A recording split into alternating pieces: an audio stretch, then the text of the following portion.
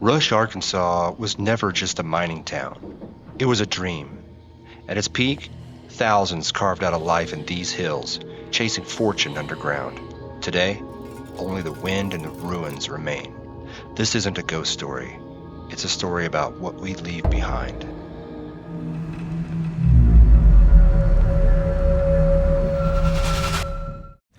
The stream still runs, unaware of the dreams buried inside. A sign names the place, but not the people, and the smelter? Just bones now, where fire once lived. They built lives here, rooms full of the sound of families being raised. Now only outlines remain, fading into the dirt. Half covered by time, the old market roof still holds its place. It's wild to think how quickly a place like this can go from untouched wilderness to a boomtown. Easy to let your imagination go crazy out here, thinking about the past, and then right back to silence again. By the early 1900s, Rush was booming. Miners, prospectors, families, they came chasing fortune. At one time, more than 5,000 people called this place home. Wooden homes, storefronts, a hotel, a school. It was called the zinc capital of Arkansas, and for a few short years, it was alive.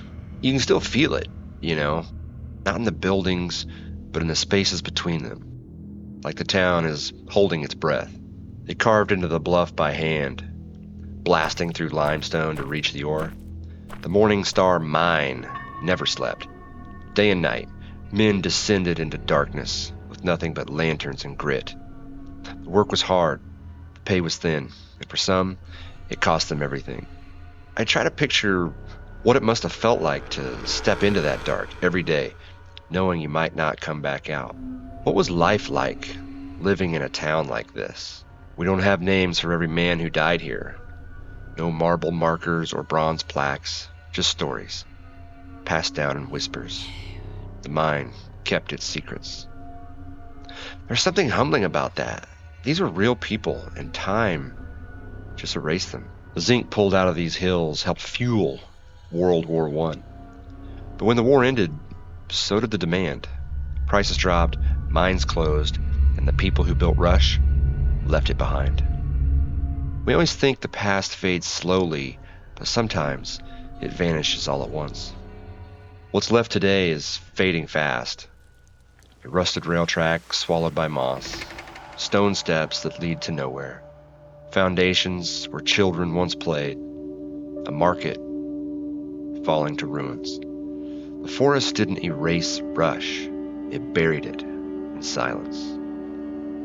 I walked alone through what used to be the center of town. Birds were quiet, even the wind felt cautious.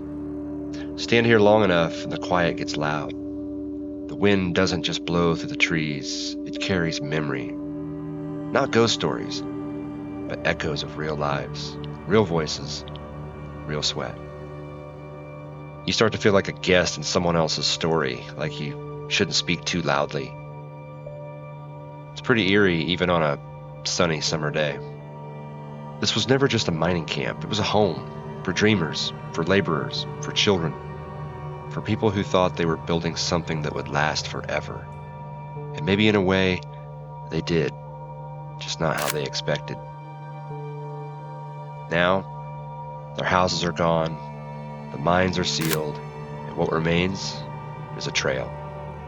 A hike down a forgotten road that leads not to gold, but to grief and grit and ghosts made of stone. You won't find signs here, no souvenir shop, no gift stand, just the bones of a boomtown and the breath of the forest moving through it. Every time I visit places like this, I'm reminded how fragile all of this is. Towns, dreams, even memory. If you come here, come quietly. Let the silence settle.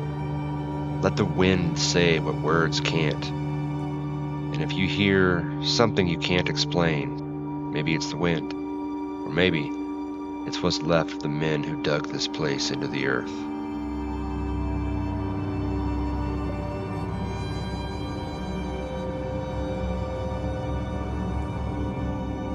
I left feeling like I'd stepped into something sacred.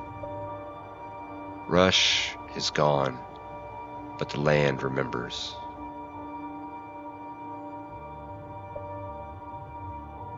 Once, it held the weight of a whole town's hope. Now, it barely holds itself. But for a breath, we can see it, not as it is, but as it was.